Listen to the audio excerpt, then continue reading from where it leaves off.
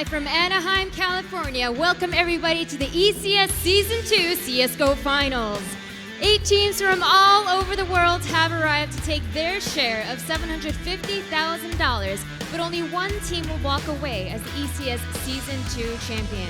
There'll be a lot of action taking place over the course of the next 2 days. To keep up with your favorite teams and more, make sure to head over to csgoleague.com. But for now, to walk us through all the matches, let's head over to Red Eye.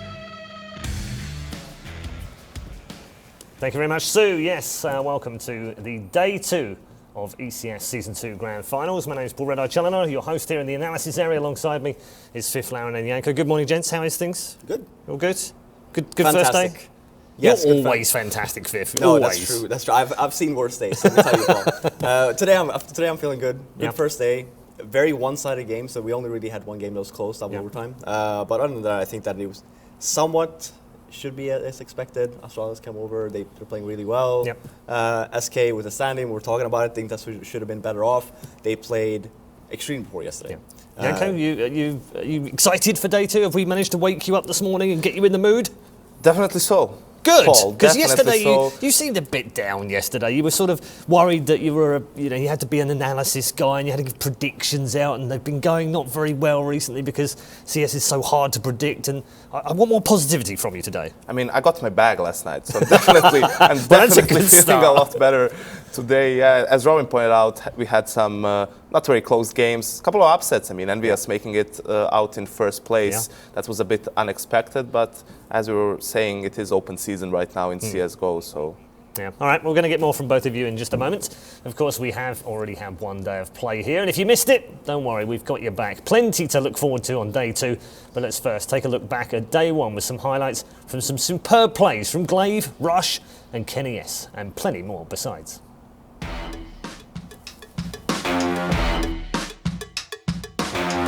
He got the ace, Stan, he got the ace! It's an ace, Stan, all 5! It's not working out though. Rush looking for a third kill. Very easy for Rush. To be done. Alu, what is this? Surely not. Oh my goodness, that is just magnificence there from Alu. They can do that. Look at this, they have to push forwards. The Strides have to push forwards. Oh my God! My goodness gracious me, Glaive is going absolutely nuts. Okay, let's get back into it. It's going to be MBK. Deagle headshot, 2 of them. MBS looking like they were getting confident. Sick. That's actually a wallbang. That is so sick. Through the second mid-garage, he fires to the left. On the A side, Phelps is going to go through them. Wrap back around, 2 in front, lines them up. Bomb goes down as Phelps. Oh, finds it as well. Bolts, and there's Phelps. Kenny's alive, Blake. Get down.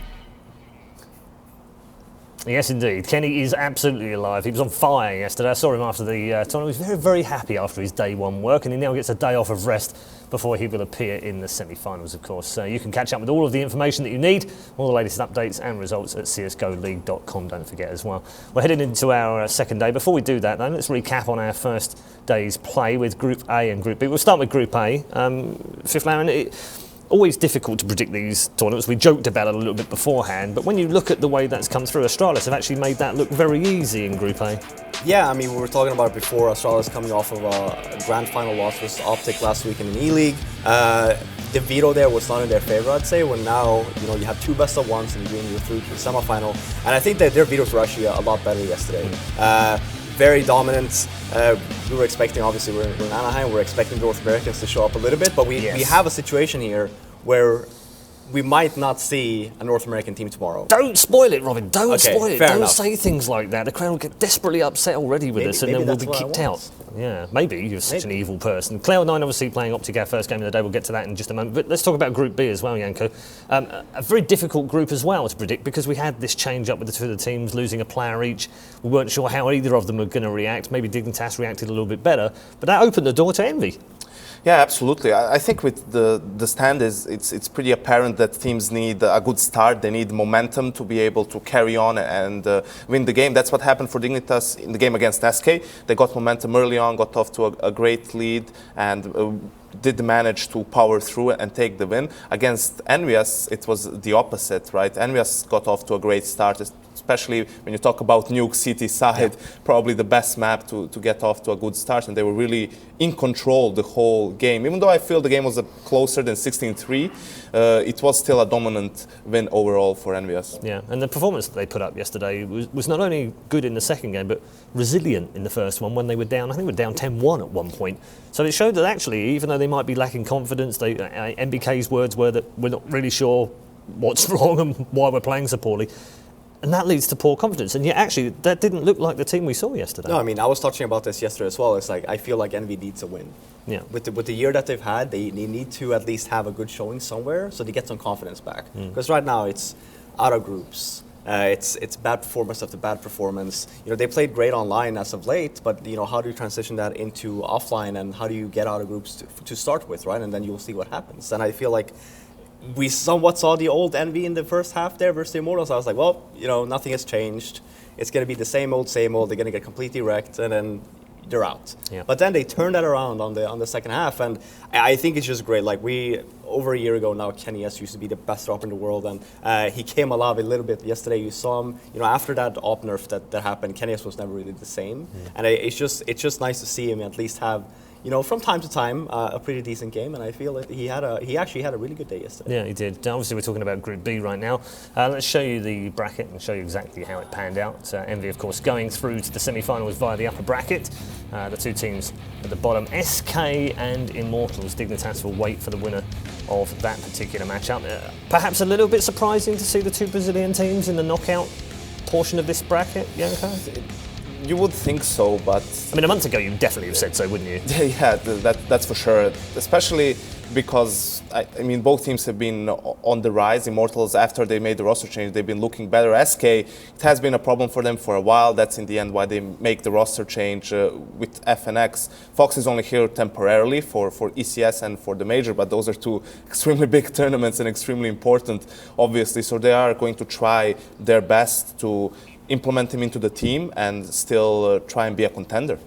Yeah, let's switch our focus up a little bit. The teams are just getting warmed up backstage and almost ready to come out and join us. But the first match of the day is an all-North American affair, which is great for the crowd here, but in the wrong circumstances, because we're definitely going to lose one of them, and God forbid we don't want to lose both of them here. Yeah, this is a replay of what happened in DreamHack Winter. They had to play the elimination game there as well, and that was when Cloud9 came out on top. So Optic, from being last place at DreamHack, goes to E-League and wins the whole thing. So that, I think that's probably depicts the best the state that CS is in right now, that you can't take anything for granted pretty much and expect a team, because they did poorly at one tournament, that's going to translate to the next one. Unless you're talking about mass sports, of course. But it is a very interesting matchup. I don't think it's as clear cut. I don't think it's actually clear cut at all, even when you talk about maps and things like that. I really believe it will depend on which team is in better form on the day. Yeah, Robin, your thoughts on this matchup? Whenever there's domestic matchups, there's always going to be a favorite, I feel like. And especially if you look at the past results, it's always going to be close. Granted, they played each other at DreamHack Winter and it wasn't really that close. Sorry, Robin, I'm just hearing that actually we do have the teams coming out onto the stage to enter the arena for the first time on day 2 of the ECS Season 2 finals. Cloud9 and Optic. So sorry, Robin. No. I know, so rude. So rude. No, but I mean, the past few games they played each other, it's actually been like somewhat one-sided in favor of Cloud9. I really hope that changes for coming into this game, especially with, I feel like the veto were never in Optic's favor. You saw, I think you touched upon a little bit, where Cloud9 actually have really good maps, and it's maps that Optic likes to play. So then it comes into, like Janko was saying, who's in better form. Yeah. And I think in domestic matchups, I feel like Cloud9 is. Yeah, lately for sure they are 6-0. I mean, in the last 6 games they played, 4 of those were on LAN, and it was across 4 different maps as well. So you know, we see teams try to switch things up. Optic mostly try to switch things up. You know, if we're losing, let's try playing a different map. Makes sense, right? Yeah. But it didn't work out for them, which again doesn't have to mean that they won't come out victorious here. Yeah, we'll get to the vetoes shortly. First up, players to watch. We picked out Mixwell yesterday as a player who's been in great form pretty much all year long with the team. How important do you think he is in this particular game? I think he's very important, because he's one of those playmakers, the playmaker type of players, right? He can be a bit more aggressive, especially with the AWP, which is a bit interesting because he said a couple of months back that he doesn't want to be the primary op anymore. He wants to like switch more to rifling, but he's been so proficient at it that I think they themselves and he realized that he can't really do it because it's working so very well for them that he can't really afford to not play with it. So you've he's had moments definitely like an that. important Sorry, player. you've had moments like that in NIP before, where certain players weren't enjoying the kind of roles that they were having. Yeah, definitely. I mean, the thing is, it really boils down to what works best for the team. Right? You're always going to have this one person that's going to have to like not necessarily sacrifice himself, but if you have a team, it's like, okay, this works on every single map, and then you have, you know, when Overpass came out, it's like, who wants to play where? Like, you don't really know you don't really know the map. It's like, oh, this sucks. I played it one time. It's horrible. I don't want to play here. It's like, well, someone's going to have to, right? Our player head-to-head is two players that have been in the news and pulling in the stats as well. Mixwell we've already talked about.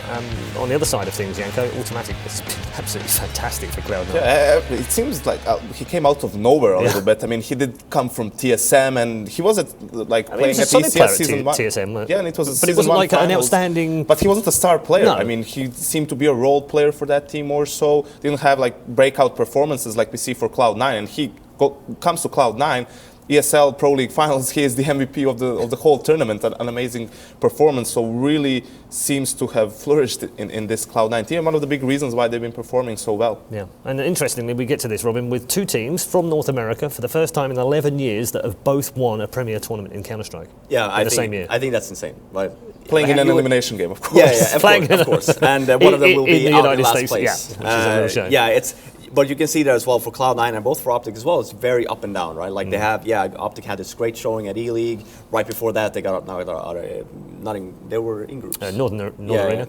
Northern Arena, and it was DreamHack as well. Yeah. And then DreamHack, they had a rough time. And for Cloud9 as well, winning Pro League, and then you see that dip again, and then here we are again, where it's like one of these teams will be eliminated. Is that not just? I mean, I want to be horrible to NA Counter-Strike right now, but is it not one of those things that is actually apparent across the whole scene right now because it is so close?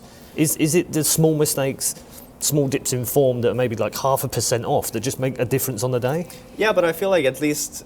So the thing about these two teams are that like they come in and they play great one tournament, and all of a sudden the next tournament they feel sloppy, make mistakes that they really didn't. What do you put that down to? I just think it's inconsistency. I think that sure, like none of these teams have enough time to practice, right? Sure, so like that boils down to every single team, right? But I also feel like when you are playing every single week and every single weekend, then at least you don't get that feeling that I'm cold. Right, it's like, I haven't really played in like X days. You know, you go back-to-back tournaments. So like everyone, that's why you see like these crazy clips of people have with like one taps and just insane frags that you probably won't see. For example, in the major, that's going to be the first tournament of the year. Everyone's going to have gone on a break. You're not going to see the same level probably. Did you not think? No, I feel like some teams are not playing as strong now because they want to save things and plan the qualifiers. And exactly. I mean, there will obviously be things that they're going to be saving, but in terms of just individual performances, I feel like you're going to have the strongest players come to life now rather than after the break. They're going to be called 7 days off. It does a lot to the mentality and your aim. It does. That holiday period. What are you doing for holidays? I have no idea. Hopefully are you actually going home for a change? Yeah, for a little bit. I don't think you've been home this year, have you? I've been a little bit.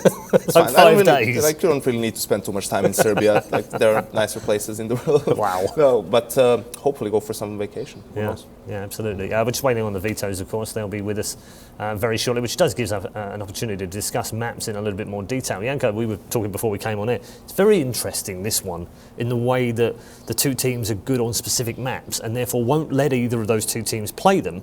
But on the other hand, they've played the others and Optic have lost them all. So do Optic kind of go, well, okay, we'll play you on Mirage now and we'll play you on Train and we'll take you on? I don't think they can go for Mirage, but for Train perhaps, yes. They played, the two maps they played in the online part was double Train and they lost both times, unfortunately. I think the bans are going to be clear-cut, as we see already Nuke for Cloud9. I think it's going to be Mirage for Optic.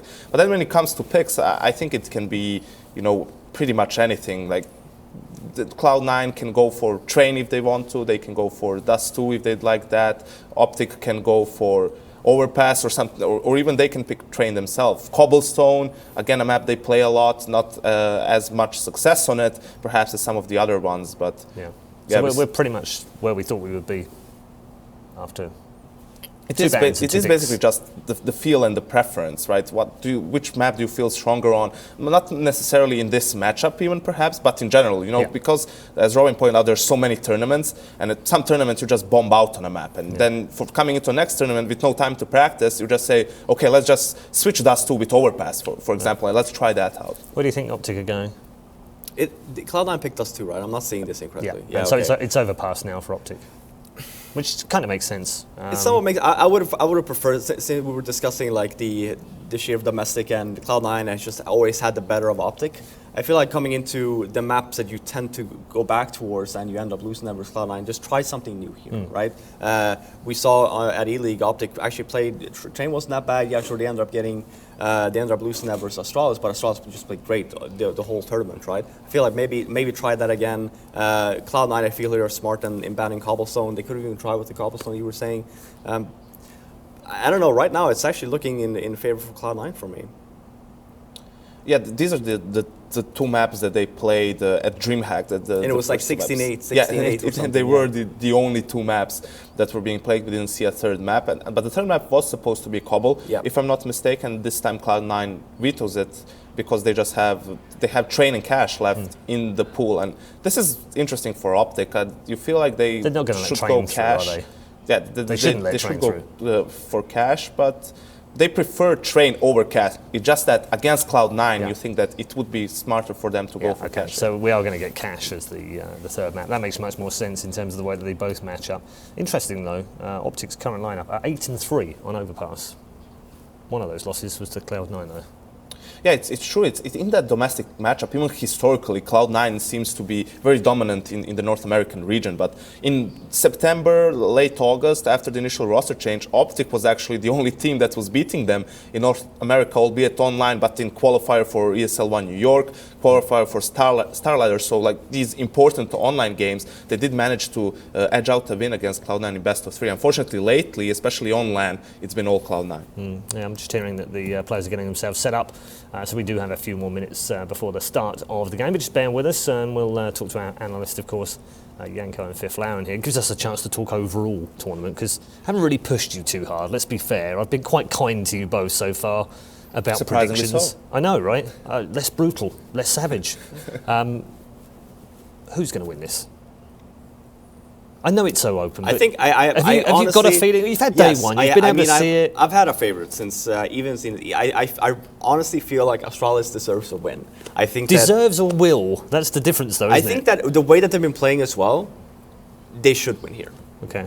Very consistent, especially with the two other teams that might have had a chance, SK and Dignitas, with the two standings that they've had. We were talking about I'll give it to Paul. I'll tell you this. Yesterday you told me that you think that Immortals will go through and not SK. Yeah. If we just based it on yesterday, you were right. SK did not play good yesterday. Immortals actually, even though they lost, they seemed in better form than SK did. Yeah. Granted, they have a stand-in.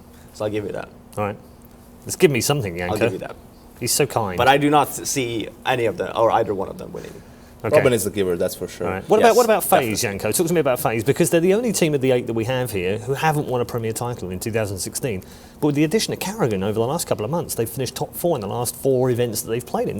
That says to me they've got good form, good momentum. We talk about that all the time in Counter-Strike as being important. Yeah, that's an incredible feat for a team that couldn't make it past the group stages for a year. So really improved a lot.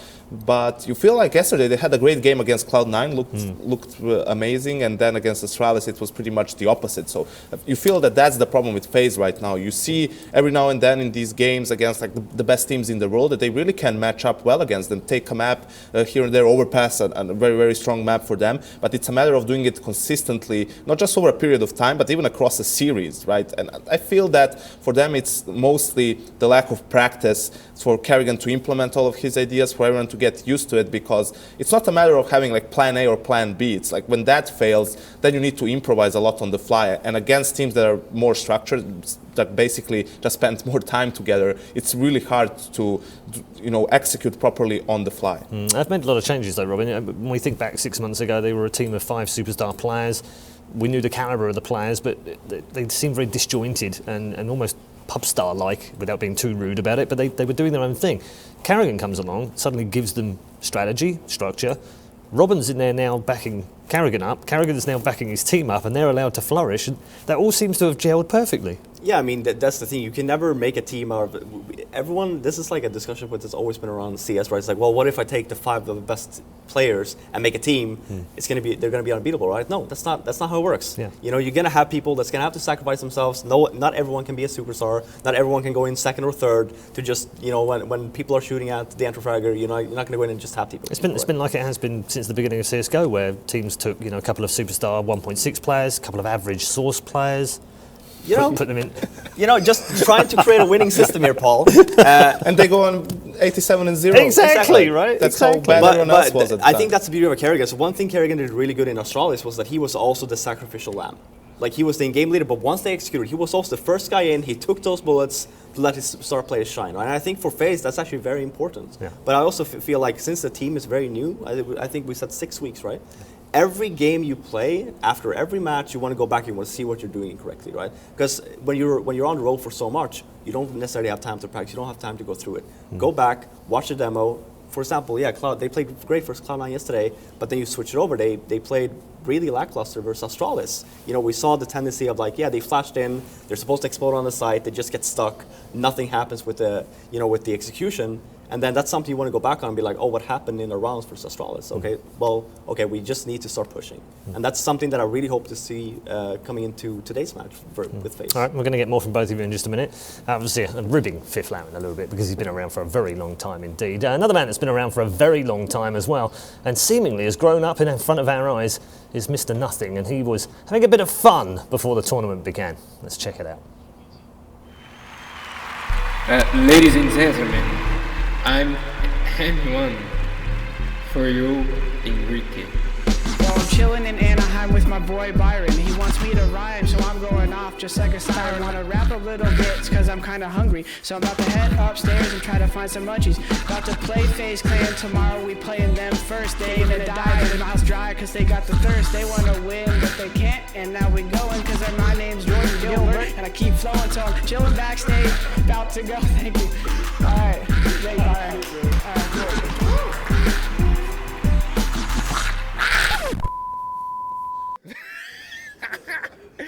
Amazing, absolutely amazing. Yeah, Dupree, obviously Jordan featuring Dupree with a or something. I don't know what that was. Is that something you're familiar with, Yanko? Yes, it's his war cry. Okay, good. I'm sure anyone believes that at all. Have you done any rapping? You've been in a team full of pranksters. I know Chris he's a fun guy to be around, as Forrest has done his odd thing. What sort of fun stuff have you done over the years? Nothing. Can we even talk about it? Can we talk about it now, or is this saving it for the book? Oh, we cannot talk about it. That's some stuff that deserves to be, you know, PG-13. Okay, all right. Yeah. No, I think that every single team has, you know, they gotta have fun, especially when they're on the road for so much. Well, that was the point I was going to raise. It is a stressful environment. I know a lot of fans look at it and think these guys are really lucky. They get to fly all over the world, get to play in these great big tournaments, earn this big money and all this. But there is a lot of stress around it. There's a lot of stress to perform. A lot of fans give you a hard time when you're not winning as well. And then how do you relax? When there's so many tournaments that you're going to as well? You should ask Henry that, how he relaxes. I'm sure he will tell you. I don't think we should. He's a master of relaxing. Wow. Exactly, yes. Did this get awkward all of a sudden very quickly? Did Yanko just change this really just bring badly? Henry into the fold for no reason. Like no one can understand this who's not around. No, but I think that like a game, that's why we always see, like, I think that for SK, they came out and said, well, we would never kick a player up there, you know, in their how they play individually or in game. It's more of how they clash with team, right? And this I found that a bit strange. No, to be but the honest, thing to is, start with, I this was is like, always that's confusing to me. Because like again and again, you always see the same thing. It's like, well, why would, you know, how the team melts and whatever if the player is good, right? Well, the problem is that if you have a team or if you have a player that takes up so much space and the others are not comfortable and not happy with the environment. What do you think is going to happen? They're not going to play great, right? So you might have this star player that, you know, does wonders for you, but everyone else is just like, I don't even want to play. Yeah, I mean, you were in NIP.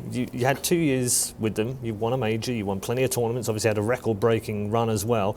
But there were many times when not just Tommy or other journalists, but plenty of fans gave you a hard time and said you don't deserve to be in NIP. How do you cope with that? I've actually, and honestly as well, I was talking about this offline yesterday. I think that I always feel like you're more than welcome to criticize a player, but please explain to me why. You know, as a spectator, that is just because obviously like we are not necessarily the masters of what is said, right? But if I say something bad about this player and I keep on saying something bad about this player, for the people watching at home, maybe they don't even know why this player is bad or what he's doing bad. They're always going to be like, oh yeah, look at those stats. Oh, he's horrible. Is that the problem though? Are we too clinical when we look at statistics alone and we don't take into account space making, support, how you blend in with the team, communication? There's so many other things, isn't there? Yeah, I mean, and the thing is, like, obviously you will still have moments, like there was a moment with Fox yesterday on Overpass where he completely whiffs a spray, right? Yeah, sure, that's not something probably that, as a professional, maybe you shouldn't whiff that spray, right? But there's moments as well where it's like, you don't even watch a game and you see, oh, okay, yeah, he obviously, again, had a bad game, right? But please explain to me when you do criticize a player, what's going on, why was that a bad play, and how could it be better, right? Because then, as an avid user or spectator, at least learn from it. Yeah. You know, and it's the same for the players. They will also go back and be like, okay, well, I messed up there, but instead of being, you know, I used to get that criticized when I was flaming some North American team. It's like, well, what can we do better, right? And it boils down to, right, yeah, maybe they don't see it.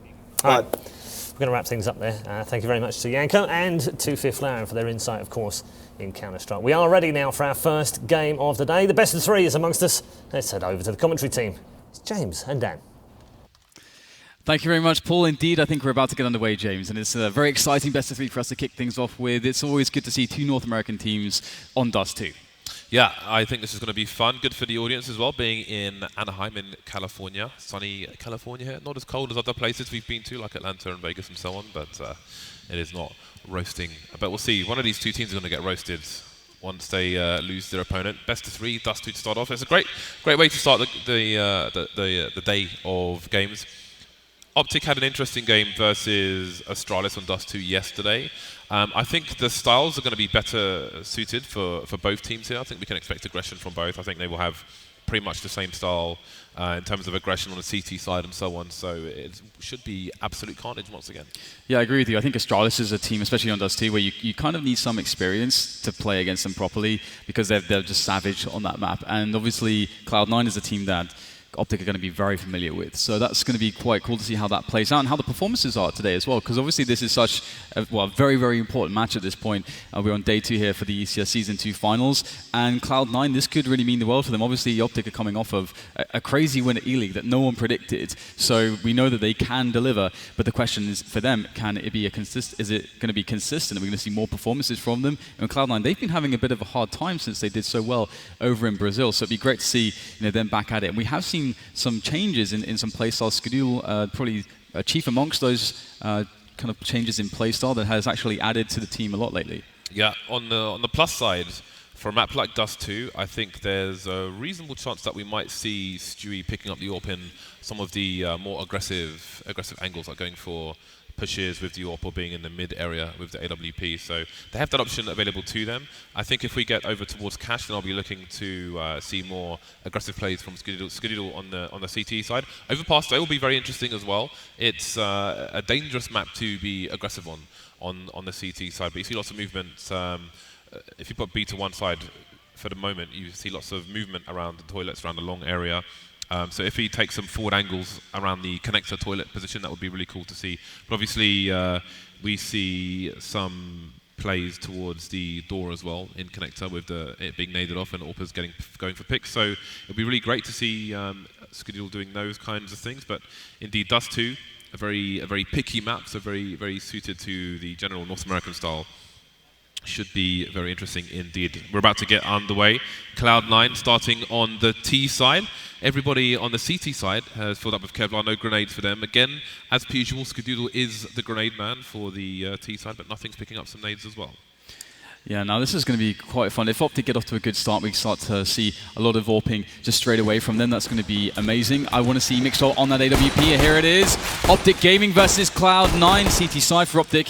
And Cloud9, as you said, a lot of utility, which is an interesting facet of their T-pistol here. And how are they going to opt to use it? So far, it's very slow, just trying to see if Optic are going to do something crazy. And Optic, they've got all Kevlar's, James. They want to fight. Yep. Everyone looking for violence. Stanislaw, the only man with a P2000. Definitely the rarer pistol on the stock CT side. Cloud9, again, are just waiting for aggression. 3 people stacked up very closely towards lower tunnel. There comes the flash in case there's a short push from the CT. Very common on the pistol round of Dust 2. And again, Rush in the middle area. Did a very good job yesterday. Double flashbangs coming in. So they've got a very deliberate idea with their utility, looking to deny information with those flashes, clearing the short position. But what is their play? Yeah, this is really cool. I would love to see a kind of wall of smoke just to kind of guarantee that bomb plant.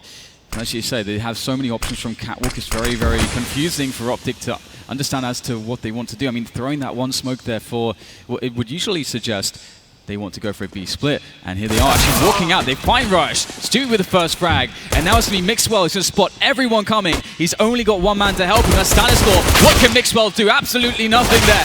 One pop from Stanislaw, but that surely is not good enough. 2 versus 4 here in this afterplant for Optic to try to deal with. We see Skadoodle ready for the rotation position inside the door. Not sure if NAF's seen him either, but Tarik didn't need any warning to get the headshot. The retakes coming in, automatics in the tunnel, 2 players on the side. They've got a crossfire as well. You can see Stewie there. He can bait now. He's been seen, so he can bait. Hopefully Tarik goes through the door and then he'll get shot from the back. There we go. Stereo headshots for Cloud9. Off to a great start on Dust 2. Yeah, that's beautiful to see. And one of the cool things as well is that Cloud9 are a team that like to be aggressive and they like to take charge of the situation. And this is going to allow them to have so many options to do that, because Optic's economy is always going to be a little bit flimsy, a bit fragile to begin with, and they can do pretty much anything they want. And Cloud9 is a team that has also shown us some good understanding of how to play disciplined anti-eco rounds, anti-force buys, so they should, in theory, be able to get off to a really solid start here. The only thing that's dangerous is if you do mess around with Optic, if you do give them a chance to shoot that scout. You've got players like Tarik, you've got players like Mixwell. You can lose some heads very quickly. Just a technical pause. Stewie has to adjust his microphone, and the countdown is about to conclude. So we see the buy from Cloud9. We've got the 1 SMG, loads of utility on the T side. Optic going for the force buy as well, keeping money in for the AWP. That's off to a good start. The scout piercing the face of Skadoodle. That's what I was talking about, man. You've got to be really careful against Optic. You have to give them the respect. And here comes the aggression into lower dark. Shroud is waiting for it. Will they be able to get the kills here? Yes, nothing able to defend. Very well indeed. And that's going to be a nice advantage on the men now. But that said, Tarik with another scout headshot coming in towards the long position. Now Cloud9 are sort of committed to go towards B at this point. They do have a lot of time, but all the players are there. And NAF's just creeping in the tunnels there with a Deagle. He could be absolutely instrumental in being able to take this one for his team. There is Stanislaw with a P250, picks up one. NAF a little bit too slow on the flank, but still possible. Needs to get a fast frag, but he can't do it. Stewie turns around and takes him out, and that's going to be 2 rounds for Cloud9. Good damage done by the Optic Gaming side on their force buy round, so that does allow them to potentially break Cloud9 a bit earlier on. That is gross. What a shot there. And he did pick off Automatic as well. Automatic was very early in towards the long position. Oh, man. That's dirty. And that's a good sign for Optic as well. Again, he's a very early round, but if they come in for those double warps later on, then Tarik's definitely on point, and it's redder when Mixwell isn't. So, possible good things ahead for Optic. For now, it's the anti-eco round for Cloud9. 3 players on short for the CTs. The MAC-10 will be clearing out the B bomb site. Then we've got Automatic clean things up here. Nice. Automatic's playing bowling right now, James, just knocking them all down. They're lining up for him. Lovely stuff for Cloud9. They need this to be super clean too, and that's exactly what they're going to get. And a couple of frags in there with, or actually just 1 frag with the MAC-10, so making some bank. And now what do we have for Optic? Obviously, they went for the force buy previously, so that means that they can get an AWP onto Mixwell, because he did save enough cash, but he won't be able to really get any utility with it. So a bit bare bones here for Optic's utility, and there's no kits, which could be very problematic. Also, Cloud9 know the force buy was in place, so Stewie will continue with the MAC-10. He knows there are unlikely to be many, if any, helmets on the CT side, and indeed there are none. So his MAC-10 might be somewhat of a minigun in this round. We'll find out how it works out. He's leading the charge in the lower tunnel in case of any pushes. He will be the first one to engage. There's a flash. That flash is always for any CTs in a short position. Very good to hide behind that smoke that the T's put on short. You often see Device doing that, for example. But here we have Mixwell in a more passive position. Just keeping it Very relaxed for the time being, our Cloud9, as they try to work out how to get this first entry frag. Stewie is going to show a bit of leg there to NAF. Nice. Very nice angle, actually, from NAF. And I don't think Stewie's ever going to expect to see a player there in that position. And he's very weak now, and they're going to just push the issue anyway. Into the B-bomb site for the split they go. Then you have one person, that's Skadoodle with the orb, in the tunnels. Tarik comes out from the doors. Oh my god, that is a beautiful play from Tarik. He's on point at the moment. And but Cloud9, they still have the player advantage, but the bomb is under Tarik. This is a very strange spot. The bomb completely exposed at the moment. I didn't realize Tarik's right there. He saw Skadoodle, his barrel was showing, so I didn't realize that I don't think they realized Tarik is so close. How do they get the bomb back? They've got one flashbang onto Skadoodle. That needs to be the greatest flashbang of all time. They've got a smoke, but they won't know how to smoke CT from B, I'm pretty sure. Stewie's made his way through. Pretty good smoke there. And indeed, mixwell getting picked off. The bomb's been collected, and Tarik goes down as well. 3 versus 1 for Rush, making it easier before the bomb goes down, though. He's still got a chance. Yeah, he does. They've run out of utility at this point as well. He used all of it to get the bomb. Oh, the tag through the door. Nice stuff there from Skadoodle. That's going to make life a little bit easier. Rush has to be so incredibly on point here, but misses his first couple bullets, and you can't get away with that. Stewie picks up the kill. Round 4 on the board now for Optic. And moving into round 5, it should be an easier affair. They're going to be up against just a few pistols on this half-buy for Optic. Optic heading towards maximum loss bonus. They will get $3,400 should they lose this round, which means they have some money to spend. They can buy some pistols, some grenades. See the Deagles and 5.7s coming out. Very dangerous weapons. So we've often seen fast long plays from T's on anti-ecos, and we've seen exactly the same from Cloud9. There's a nice flash there. Stewie's completely blind, and down he goes. Nothing might not be able to protect this weapon from being picked up. So early issues for Cloud9. Yeah, are they going to decide to cut their losses here? Nothing still. See if he can get something out of this, but he will back away safely. And indeed, the losses will be cut, and they'll just concede that. There's a rifle there in the hands now of the Optic side, but their Optic, they realize that they still have to make the moves here, and they're going to go for the upper dark play to get something out of this. And here it is, Shroud just waiting, full spray comes in, only gets one, but at the same time, nothing was able to pick one up and open things up towards A, and the tapping is coming in. Nice stuff from autimatic. Tarik in from the back though, in a 1 versus 2 all of a sudden. Yeah, he can still do this, makes his way through the flames, has to inspect the gun of course, but he's looking the wrong way, they're behind him. And they're not on the ramp yet, but autimatic will clean things up. Not an easy round from Cloud9. But they still have that clean sheet. They've got lots of money in the bank on most of their players. Stewie currently with $11,500. So Optic now with the big money, the big buy. Tarik's picking up the AWP, as is Mixwell. We saw what Tarik could do with the scout. So this is quite scary territory for Cloud9. Yeah, that round did not feel easy at all. And even though they're 5-0, Optic are really putting in some solid punches at the moment. It's going to be cool to see how they play with this double up indeed. And are Cloud9 looking to go for a bit of a delayed long take here? You see that they are set up with a few players there. Oh man, Mixwell and Nafly both with 0 kills at the moment.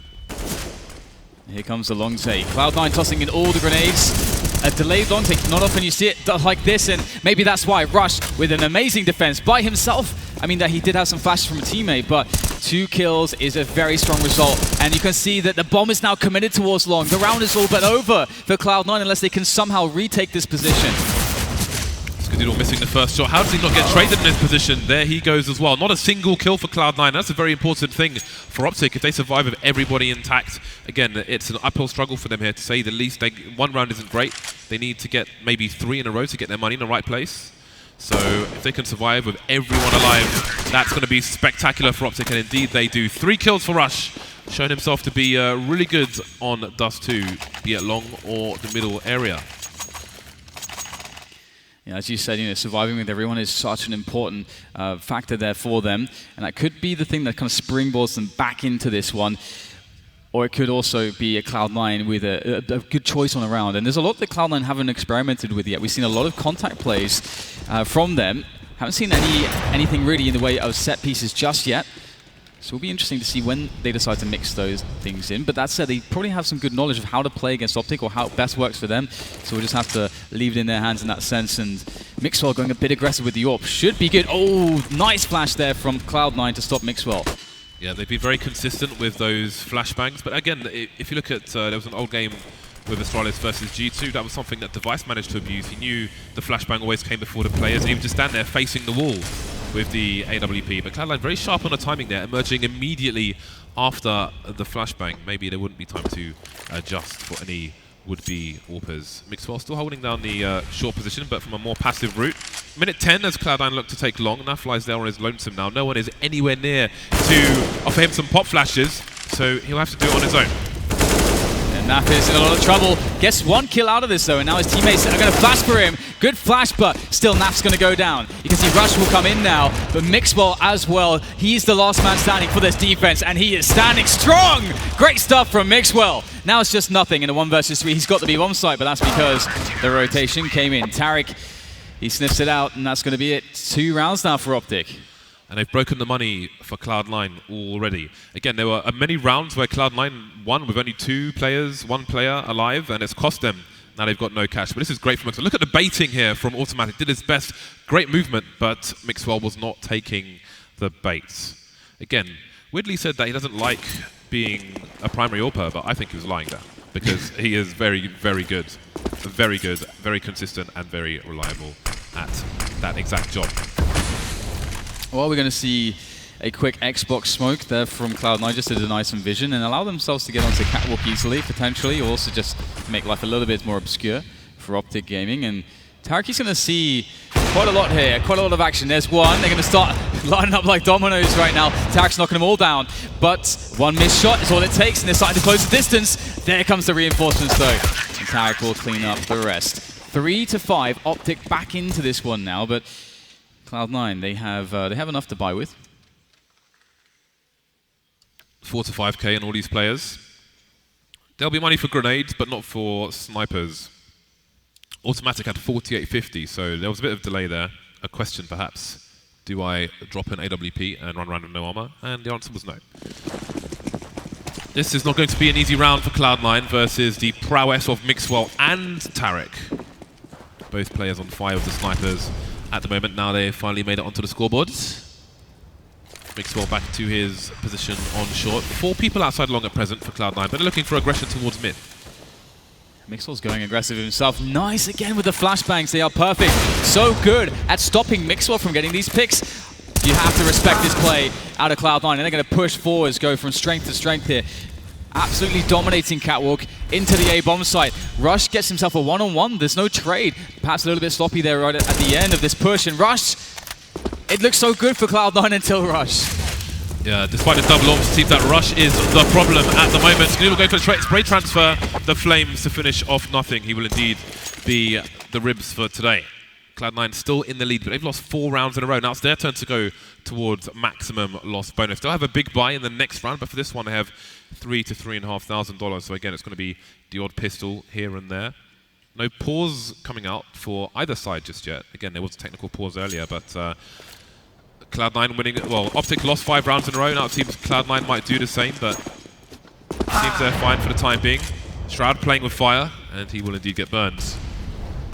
And it's a tough thing for Cloud9 too, because they know they're going to realize they put themselves in a very, very strong position in that previous round with how they played it, and they did it so well up to that point, but then just not having the correct coordination to be able to trade, moving into the A side afterwards, was what really, I mean, it's a simple and small mistake, but it cost them dearly, and they're going to realize that. So hopefully we'll see them bouncing back a little bit here, because Optic, they could really, really start to be quite impressive with the amount of rounds that they're going to rack up. I mean, this is clean so far. Cloud9 unable to really get that much done. I mean, it's very hard on this map. It's it's easier on this map than some to keep the T's at arm's length. Cloud9, they've shown a lot of improvement in the small detail like flashbangs and so on the T side. It reminds me of when Mousesports played them at E-League actually, so maybe they learned something from there, but it doesn't seem that they have much in the name of eco strategy. Just running into the Tarik meat grinder there. Tarik on 16 kills. At the moment, he's got more than double the kills of Rush, but again, Rush has had huge impact frags holding down the long area and short. But indeed, Tarik is he's looking extremely sharp. Oh my god! In the early hours. What did he have for breakfast? I want to know. That is, I mean, he is. It's not off. Tarik is always. We always know he's very good, but it's always about a consistency thing with him. Sometimes he shows up, and sometimes you don't see much of him. This is a very interesting play. We've got the old NOA stack here. You don't see that too often these days. Very punishable. But Skadoodle's going to open things up for the Cloud9 side regardless. Oh, that nade was money! Solid damage done to Stewie and Shroud. And Rushes has a close position. He can hear all the movement, if there is to be any, around this area. So Cloud9 should really be able, or rather they should try to get rid of him if they can. Autimatic's keeping an eye on long in case there's any push coming in. Based on that sound, NAF is being entertained by a smoke for the time being. No, Stanislaw alone towards A. So again, Rush, sometimes he's long, sometimes he's ramp, sometimes he's in middle area. But not really in a position to help his teammates just yet. Or is he? Nothing creeping through the door. And Rush will deny him and immediately rotate towards the A bomb site. I love this position from Stanislaw. This angle is not going to be checked. Fast frag for him. The silencer could work out, but Skadoodle spots it. And now it's Rush against a big push of players. Autimatic able to make the lurk work there towards mid. And Rush finds himself with help. He's got NAF. Where's the trade though? NAF's trying to work around the smoke, seeing what he can get done. Finds Skadoodle. And Shroud in his face. And Shroud's going to win the battle. And that's going to be the 6-5 now. Yeah, but look at the money. Optic are going to have a better buy than Cloud9, despite losing that round. Cloud9 only surviving with 2 players. Money's going to be tight. So again, there's opportunity, but this time for Optic to reset their opponents. See if they can get sweet revenge. You see the Galil coming out into nothing. They just lost too many players. And there's an AK on the floor for Shroud though. So he'll collect that. Good grenades on Cloud9. Lots of opportunity ahead for them, and Skadoodle continues with the AWP. Automatics deploying a smoke for the Xbox. Again, Optic starting with 3 towards long, and now NAF and mixwell will move back, leaving Rush there alone. And once again, we see a catwalk movement here from Cloud9. It's a good place to set up. You can obviously get into the B and A splits pretty easily once you have this position, but if you see no resistance there from the CTs, you kind of feel like, okay, they've got quite a significant long presence, or at least one player on long. And Rush is actually very pushed on long as well. If he finds a good timing to go aggressive, that could be really interesting as to what he might be able to do from that. Mixwell, though, he's going to be alone on the site. He's got a big challenge ahead. A couple players coming his way.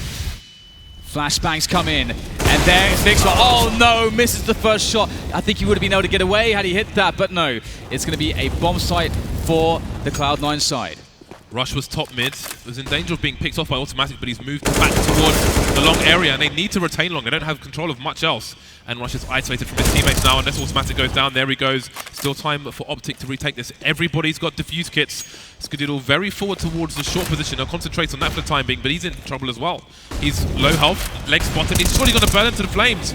Won't be required. Stanislaw. Oh, he runs out of bullets! That was brutal. 2 left. NAF almost on the site. Can they do this? The bomb's planted for short as well. It's not going to be easy. More Molotovs coming in. And there goes NAF. Can Rush do it? One more to find. Stewie just hiding. He's got massive advantages here. And there's no time to defuse the bomb, surely. He's got a kill, but he has not got the round. Cloud9 continue. Wow, Cloud9, by the skin of their teeth, able to pick that one up. Madness, madness. And Cloud9, they could have a pretty good situation like here forwards right now, because if they're able to just win one more round, they can get that 10-5, because Optic's economy is going to be very broken. But this one round is going to be quite tough. Is that? Did I just see? Yes. Did I just see what I think I saw? Yes, you did. Triple AWP. Oh my god. This is disgusting. This never works. It works in Oceania. And it might just work here as well. Double peak coming out. Stanislaw on the low ground, Skadoodle on the high. Nothing. We'll swap out the UMP. That's a good decision. And there we go. We'll see if Cloud9 can bring this back. An early pick-off against 3 orbs. Life is not good in this round if you are Cloud9. Yeah, what do you do in this position? I mean, they might not realize how many orbs there are on the field at the moment, but if there's a lot of orbs on the field, you want to run a set piece, use the smoke grenades and flashbangs, because it allows you to gain so much ground against the AWPers. And will Cloud9 be able to figure that out, though? That's really the question. We do see a similar movement from them onto catwalk, but this time mixwell lies in wait. It's not often you're going to see him miss this shot. The flashbang is a requisite to push that position, and once again, Cloud9 perfect on all these angles on how they flash them. I'm really impressed by that. Yeah, this is showing some great improvement. Doing what was done to them just a few weeks ago.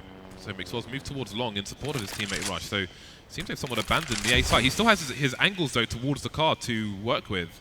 NAF is around the CT spawn area, so he's got the low grounds. In case there is a push or a drop into the ramp. but there might be a smoke down there now.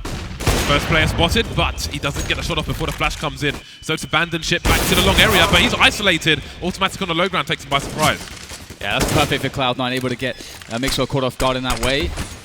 And now retaking with multiple AWPs. That is slightly awkward to say the least. Cloud9 have a good presence here on the catwalk area, but Stewie's going to miss his shot. It's a hard one to hit. Shroud is actually the forward man now.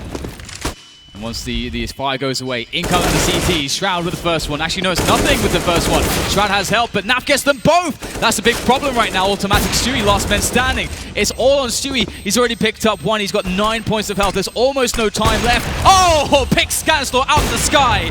And it's just one player left. NAF, does he even have time to do it? He picks up the kill. I don't think he's got time for this. It's so close, but no. A round for Cloud9. Denied. The lead extends for Cloud9. NAF with 4 kills there, but it wasn't enough. Last 2 rounds of the first half. The money is broken for Optic Gaming in this particular one. They'll be forced onto the eco.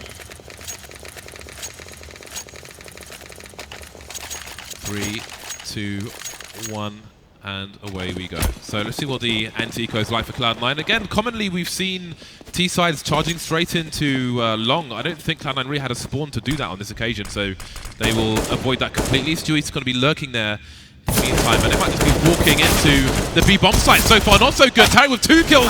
What is going on here? Yeah, it's a little bit difficult to get that first, kind of those tapping, the tapping of the AKs going there for Cloud9. It's really cost them. They need to get the bomb down quickly, and the CTs are coming in fast, but they don't have any utility. Well, it's a flashbang, but good luck with that. This should be fine. This should be absolutely fine here for Cloud9. In comes Optic Gaming. Skadoodle picks up both. Just rush. He's thrown, cast aside there. No entry for him.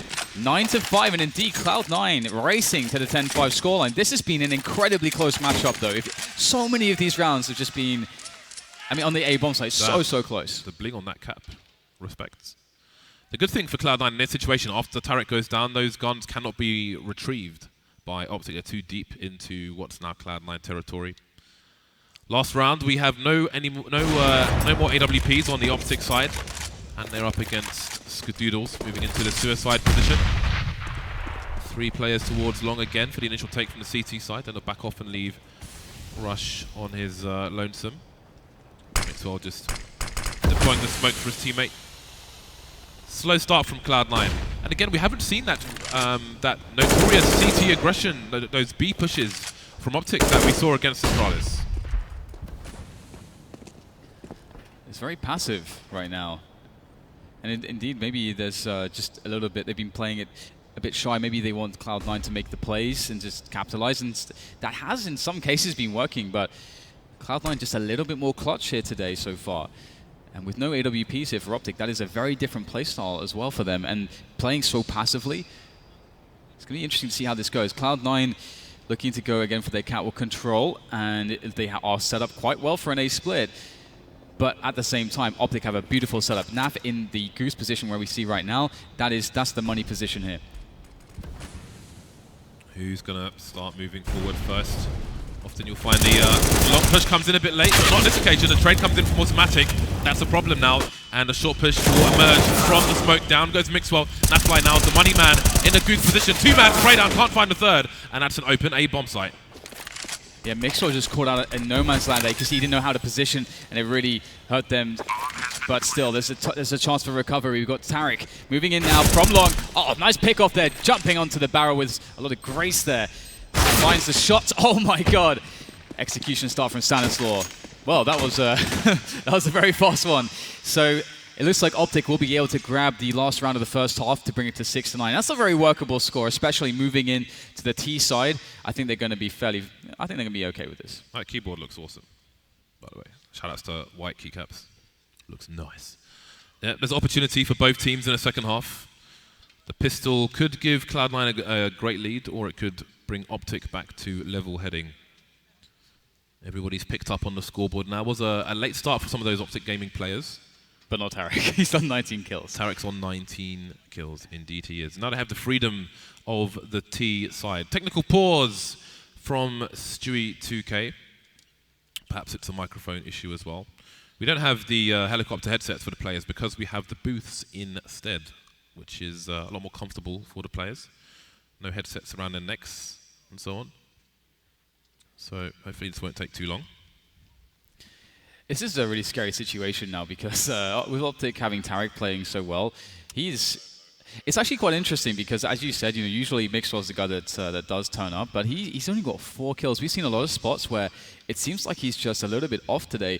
For example, in the last bomb site defense, they lost. I think it was rush at long, and mixwell kind of just ran straight into the open, trying to find a position, but he kind of misjudged how much time he needed to get to a good position, and it's just very awkward. Gets caught out, and that left NAF alone on the bomb site to try to clean everyone up.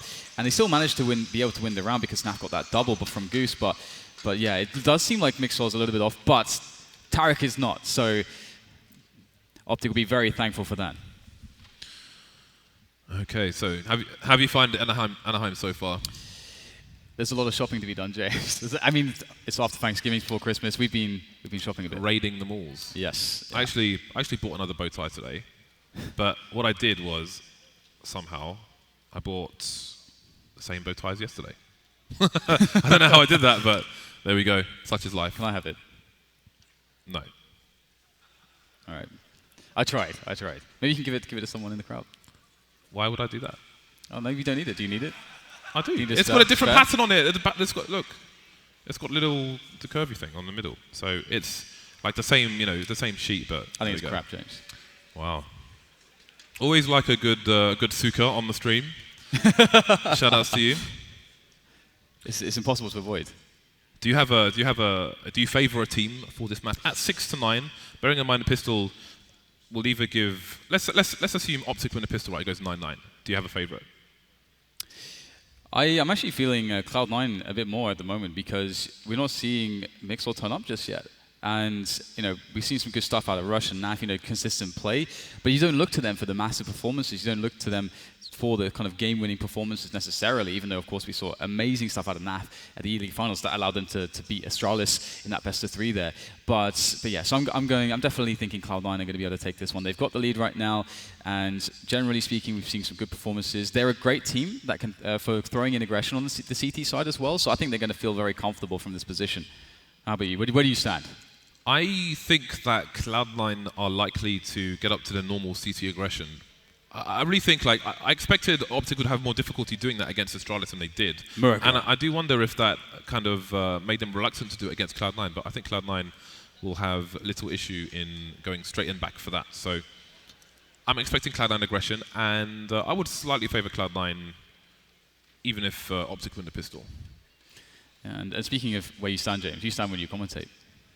I normally stand when I commentate. Yeah, I'm sitting down right now, but I like to stand because if you sit, especially in gaming chairs, if you sit while you're commentating, it squeezes your diaphragm, and then you can't really use your voice as well as you could. Finally! Look at that, James. It's gorgeous. Look, that is the trophy for this season of ECS, and it is glorious. It almost looks edible at the top. I was thinking it looks a bit dangerous. Yeah, make sure you get some pictures of that. You can go up to the middle of the stage and sneak a peek. That is gangster as hell. But yeah, if you see James at an event standing to cast, a lot of people don't realise how huge you are. Yeah.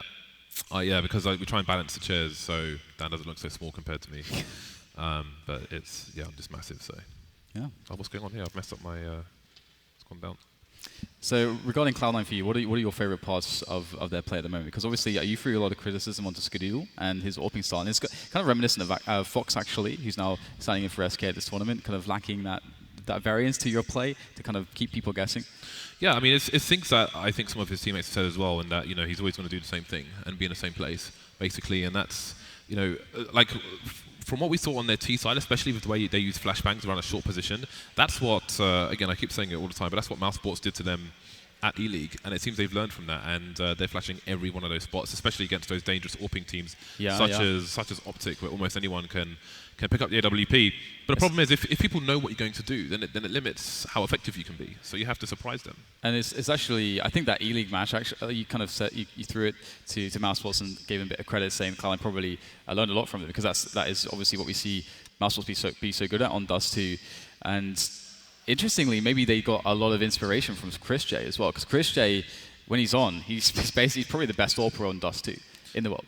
And when he's on, and seeing the kind of aggressions that he makes, and obviously what he did to Cloud9, they probably like Skadoodle. You should probably watch this guy's demos. Yeah, when it comes to playing for picks, he is quite the beast. The unpause has finally come in, so it's time for pistol round number 2.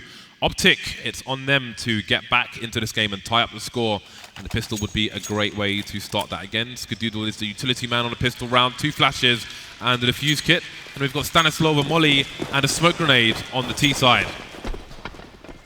A lot to be done here for Optic to get themselves back into this one. And looks like they're going with the matchmaking special. Rush B, no stop. We've got Stewie there. By the barrels, gets nothing. Automatic though. Awkward angle to work with, but still finds himself a kill. That slows things down a little bit, as well as nothing on the flank, but there's still lots of headshots to be found here by Cloud9. Skadoodle around the door, trying to get his way back into the site.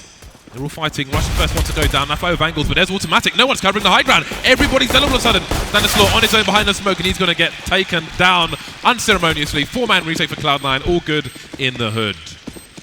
Yeah, that was scary after Stewie was just kind of whiffing the first few shots there. That's usually the GG in those positions. Working your way back in is so hard. That is scary. That's very, very scary for Optic. They're going to be in a position where they're down 4 rounds. They're not. It's not too bad though. So they're probably going to save and that guy needs friends. Get that guy some friends in the next round. Ooh, they're actually going to go for a bit of a surprise buy here, James. They're not going to do the classic save and then get the AKs in. They want to pressure Cloud9 straight away. Yeah, they don't want to have half the score of Cloud9 going into the buy rounds. And we've seen what Tarik can do with a scout, but this time it's Stanislaw. Tarik's going to have the AK. Stewie going for a forward play in the middle area. But Optic is still huddled around T-spawn for now, looking for safety in numbers. Stewie's made his way to top mid though. Will he get the information fast enough? Will we see a rotation from Cloud9? They've only got 1 person on the B bomb site at the moment. Nicely timed smoke from Cloud9. Oh, that's going to help. Automatic with just some random spray there through the smoke. It's going to catch a NAF. Now, we got the wow, Cloud9 going all the way in right now, Jason. This is full aggression. And this is really interesting because, again, they're expecting probably the Glocks. This really could go either way. Stewie, will he see his plays at the back? Oh, man. The wipeout is real. Because Cloud9 were all over the place, but they were all in singular positions. So if Optic were a bit faster, then they would have had a numbers advantage. And now it's Tarik with 9 HP, about to give up an AK. Looking for a knife in the smoke, but he will get taken down unceremoniously. So the 4th buy haven't won. Optic went for the gamble. The gamble did not pay off. On a side note, production, please talk to me on Talkback. I'm lonely. I'm here, James. And you know what's interesting is that I think Optic, they perhaps from a stylistic perspective expect Cloud9 to actually rush middles against Glocks, which is very commonly done. So if you have a force buy like that, then you're going to crush that aggression. But Cloud9 still found a way to be aggressive, and they still crushed around anyway. So Optic gaming with an intelligent gamble actually in that case, but this is looking like a very terrible start. This push has to do something. Oh my God, James! Oh my God, nice. Stewie. I mean, we love a good eco spray down. Yeah, and so do the crowd. They love the garden hose. Nice. Right there, that guy. With the Glock, the flashbangs coming in. Skadoodle will get flashed as well. They need to sort out the coordination there with those flashbangs. I mean, yes, it's an anti-eco, but when those buy rounds come in and your teammate's on the ramp and he needs those flashes from your players, you better make sure that he's not getting flashed at the same time. Spray down. I like that camera shot, Stewie. We get to see his wonderful hair. Beautiful. The garden hose. The garden hose. Everybody's getting sprayed. So here we go. We've got the AWP onto Skadoodle. We'll have to see whether or not that's going to be a salvation for Cloud9. Just bring them all the way over the line. The dominance showing. Optic finds salvation. This aggression is just so unruly there for Cloud9. And that was never expected by Optic. Completely caught off guard. Rush has to make a play. Comes and gets a frag though, and Skadoodle, he's going to miss his shot. However, he does get himself out of dodge, and Rush has actually created some space here and opening onto the bomb site. This is not lost just yet after all, despite that crazy push from Cloud9. The bomb's going to go down, and it's going to be a long plant here, planted by Stanislaw. This could still work out quite well here for Optic somehow. Optic, no control of the short position at the moment, no AWP. Stanislaw's going to have a lot to do because he is completely separated from Rush. We could see some flashbangs on the ramp as well. Skadoodle coming in from the ramp actually, looking towards long. And he's going to get taken down by Rush. Crossfire not required. And now they play the clock. Shroud could get taken down by a jumping AK actually. He's only got a few points of health. Where is the bomb? Where is the player? Oh, he's surely not safe there. Spot Stanislaw, but can he find a frag? No! Round on the board for Optic. Maybe they are not out of this map just yet. Yeah, that was a great punish actually from the Optic side. Obviously, you lose a bunch of players in upper dark to 3 CTs that are pushing. And what does that tell you? It tells you that they're going to be much weaker on A. So if you have an instant rotation, you can capitalize on them having no numbers there. And Rush, when he got that first entry from Catwalk, he just knows. He knows that was the only guy on A. We have a free bomb site now. So very, very smart for Optic to be able to adapt very, very quickly there. And now, you know, it's getting pretty interesting from a money perspective. Both teams running out of cash. Worth noting, mixwell moved very quickly through Suicide onto a position where he can see short. If you're in T-spawn with a sniper rifle, you can't see CTs going for a cat push, so you have to, if you want to see that, you need to get somebody through Suicide. Saw some funky frags there from Alu yesterday. 5-round lead for Cloud9, both teams on the bye. Skadoodle, though, with the superior sniper rifle. He's over towards A, as per usual. Stewie playing very close to the smoke around B. Will there be a push from the counter-terrorist side? You can see Stanislaw and Rush in the usual angles. Often the T's will hold around that pillar to hide most of their body. If there's any pushes, helps them avoid flashbangs as well. They can boost behind the smoke. Something we used to see Titan do with Existence. Yeah, I love this. It's very creative. This time it's not going to do anything, though, for Optic, but they are running out of time at this point, and they're still looking to be able to get an edge into this round with a kill, and you can see nothing actually. He's going to hear a lot of action, but NAF turns his attention. Oh, wow, nothing. Somehow the last bullet of the spray finds the headshot, and that is a great advantage. That's going to force the hand of Optic now. They've got to go into A. They've got to get something done. Flames all over the place. That's a lovely flashbang for Shroud, but he just can't get the kill. He's ringing bells, but that's not enough. Skadoodle with a nice angle onto Tarik. Off angle, wasn't expecting that one, but he's got 3 more players to find. Shroud looking for the headshots once again, but he'll be the recipient. Nothing, taking the bomb down on Rush. 4 versus 2. There are 12 seconds. The bomb has to go down. They've got to commit to this. Yeah, Skadoodle's just waiting now for his teammates to come in. He wants to play this incredibly safely, not throw away an advantage. Stanislaw, very smart angle. He realizes what's going on. Skadoodle's edging, though. He's edging. Boom! There it is. Orb comes into play, and that's going to be that. 13 rounds on the board for Cloud9, and the money for Optic absolutely sucks. Bomb plant was pretty important. It's going to help them out significantly. That was crazy. That's mad. He didn't know anything about that kill. Yeah. 6 rounds for Cloud9. They've got a lovely cushion to sit on while they try to close out the first map. They look good for 14 rounds. The uphill struggle looks likely for Optic Gaming. Again, some pistols being bought. 1 smoke, 1 flash on the T side. We'll see how far they can get with it. See if their eco rounds have more purpose than Cloud9's on the T side. That is a good start. NAF taking Stewie down towards B. That's going to force a rotation from Autimatic, and Skadoodle moving towards CT spawn. With the AWP, maybe the numbers game could overwhelm him.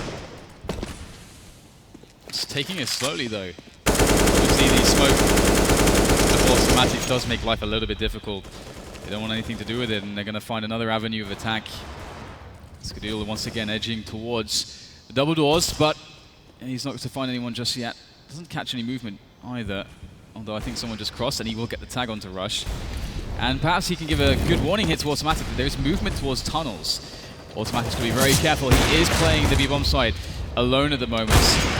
Skadoodle able to hold down the double doors, and I love this here from Autimatic. He kind of realizes what's going on, takes a position where he can give up the site, and then fall back and away safely, not get overwhelmed, takes the bomber down, goes aggressive anyway. 3 versus 3 here. It's getting awkward now. Can the bomb go down fast enough? Skadoodle taken down. Almost collateral damage there. Shroud's not prepared for this angle. Taken completely by surprise. That was not safe territory. Draws his gun far too late, leaving Latham alone in a crossfire. We've already got players emerging. He's focusing on NAF. NAF's around the corner. It comes back. Great play by NAF. Great play by Nothing as well, but it wasn't enough. They had lost too many players. That should have been an easy round for Cloud9. Yeah, that should have been theirs in the bag. That makes this a little bit weird now because their money was not very good in the first place. This was supposed to be the round that builds them the cash, but they have none really to speak of in this round. So it's kind of a weird situation. Do they go for the single save? I think that they might do that. We do have actually a scout onto Stewie, so Stewie, can he get something done with it? Stewie is just quite a menace. He's going for the pot shots in the middle. It's not going to help him out though just yet. He himself will get tagged, and now he can't be quite as aggressive. Optic in good shape in this round. Taking some map control there towards Catwalk. Very simple stuff. Just does two things. Just some notes for the newer players to Counter-Strike and what Nothing was doing towards the end of that round. He was getting shot from the guy on the bomb site, but he was still focusing because he knows... Oh, we'll come back to that actually, because Nothing has managed to get himself an AK. Hello, now we've got problems for Optic. This is a great opportunity for them to get back into the game. They've got a 5-round deficit. They cannot afford to lose this round. They have to be able to clutch this. They've got to clutch this somehow. What is happening? Autimatic finds one in the smoke. Stanislaw comes into play though. In a big way. Rush goes down to Autimatic. A one-on-one now all of a sudden. Autimatic has no Kevlar. He's got no utility. Stanislaw though, he's got very little health himself. This is all about position. Autimatic has no Kevlar. So the purely position will win this one. It's a good start. Look at the bomb, it's down at his feet, but he will stand his ground. Optic Gaming they stole a round, but Cloud9 stole one right back again. And that's something, these are rounds Optic can't afford to lose. Cloud9 are 2 rounds away from the first game now. Yeah, that's daylight robbery, and here it is. You can see that there was no, I don't think there was a pop flash there for that position as you normally see. And that allowed a very easy frag there for Nothing. That's crazy. That is crazy. Autimatic there on the camera, looking pretty focused. Scout on Tarik, he did disgusting things with that in the first half. But as you said, James, this is almost last chance saloon for Optic Gaming in this first map actually of this best of 3, if you are just joining us. Tarik, Scout, and no Kevlar. Slow start to the rounds. I like Cloud9's setup as well. It's very conservative. They don't have as much mid presence, but they have a better ability to defend A rushes. And if there is a B split, it's not quite as bad because they're not like against a full rifle setup. So I love how this round is tailored to deal with what's coming. And once again, the player on Goose, which is Shroud, he's going to be very pivotal in helping his team secure the advantage when the rush comes in. He's actually moving away from Goose though, but here comes the push, I think. Yeah, they're trying to ruin the timing of Optic, trying to take them by surprise and not reveal his position if he can avoid it. Molly slowing them down. I think he's looking to try and get a pick on people on the corner of the smoke to the left-hand side. The spray is there though, but he can back off, and now they'll know nothing about it. Skadoodle with the first pick, he will be the distraction. He can hold a passive angle, but Shroud, he's charging forwards on the low ground. Skadoodle will get taken down, but Shroud's putting a huge work here, so it's Nothing. And that flies left alone versus 3. Had a big performance at the E-League finals and needs a big one now if he is to keep Cloud9 away from game point. Nothing, just holding an angle with an AWP as well. Surely he is at the advantage. Yeah, this is possible. It's an AWP in NAF's hands. He just needs to hit the one bullet. If he finds the right timing, it can work out, but he's speaking of timing, he's running out of time, and he's run out of health as well. Stewie finds the kill. 15-8. Despite the scoreline, this has been a very competitive map of Dust 2. There's been so many close spots in this Dust 2 game. Just one more, and it's against Tech9s, couple of Eagles, bit of utility. What could go wrong? They've got a lot of utility considering it's a force buy. The question is, do they have the strategy to back it up for a Tech9 play, essentially a fast play through smokes, around smokes. Anarchy and Bedlam need to be their best friends in this situation. There's a pop flash through the smoke, but again, they don't really have the prowess of the Molotovs on, the flashbangs on the Cloud9 side. So far, so good for Cloud9. Yes, Skadoodle did well there to pick up that first frag. Flash timing was not quite picture perfect, but Rush is going to dive in, and Shroud's waiting for it. He knows what's up. Nice 180 from Shroud. Picks himself up the triple, and easy finish there for Stewie. 16-8. Cloud9 are going to take the first map. Big scoreline for them, but it was definitely a very hard-fought game. Indeed, it was. Great start from Cloud9, the 5-0. Optic straight back to the 5-5. Optic only managed to get 2 rounds on their T half there, so very strong start. For the 9-6 half, lots of potential for both teams, but it didn't work out for Optic in the end. So that is a very difficult start for them, and surprising because plays like Tarik was so sharp with those scouts and those orbs.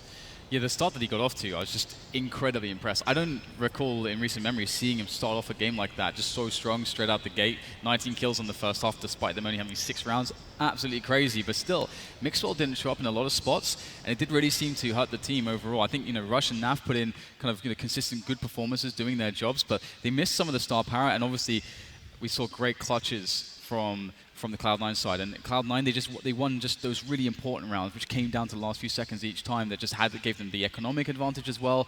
So again, super close game despite the score, and moving into overpass. That's exciting. I think both teams are very well suited to that map. It's going to be good.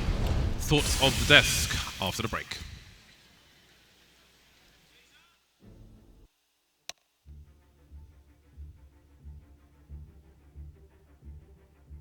Our team, in specific our Counter-Strike team, is one that pretty vibrant in the community. We have a lot of streamers, we have fun with the fans and whatnot, so we pride ourselves on being fun and professional.